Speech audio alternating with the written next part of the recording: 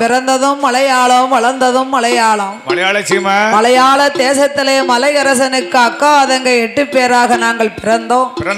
அதிலே 3வது அக்கா மதுரை சொக்கருக்கு கட்டி கொடுத்து அந்த மதுரை சொக்கருக்கு 2ஆம் தாரமனா வாக்கப்பட்டு மன்னனோடு சண்டை போட்டு மாதா வீடு போறேன் ஐயா, புருஷனோடு சண்டை போட்டு நான் பிறந்த வீடு போறேன். ஒத்தையில வாரவளை உடம்பரப்பா என்னனும் தனியா வாரவளை உன் தங்கையா நினைக்கணும்னா ஏ மோகினி கொண்டவளை மறந்தாலும் கண்டவளை நான் மறக்க மாட்டேன். வீட்டுக்கு வந்தவளை மறந்தாலும் வீதியிலே கண்டவளை மறக்க மாட்டேன்.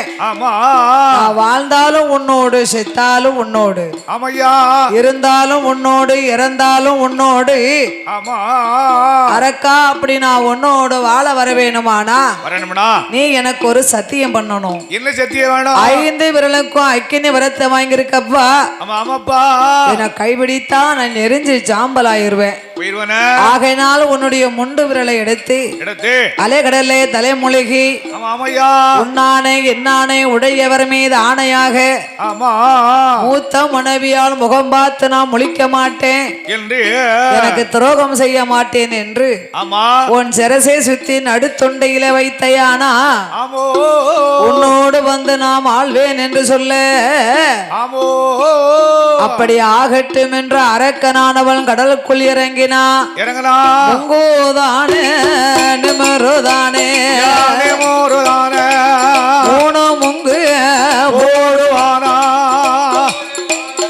ஏ மோகினி உன்னானே என்னானே உடையவர் மீது ஆணையாக மூத்த மனைவியால் முகம் பார்த்து நான் முழிக்க மாட்டேன் அம்மா, உனக்கு துரோகம் ஒரு நாளும் செய்ய மாட்டேன் என்று முண்டு விரல் எடுத்தான். அவை அலைகடலே தலைமுழுகினா சரசே 3 தரம் சுத்தினா உன்னானே என்னானே உடையவர் மீது ஆணையாக மூத்த மனைவி முகம் பார்த்து நான் முழிக்க மாட்டேன், உனக்கு துரோகம் செய்ய மாட்டேன் என்று சிரசை சுத்தி நடு தொண்டையிலே வைத்தான் சண்டாள பாவி. அவன் தொண்டையில வைத்த போதே கல்லறைக்க ராஜுதனோ சுக்கு சுக்க நொறுங்குதானே விரிந்ததொரு சாம்பலையே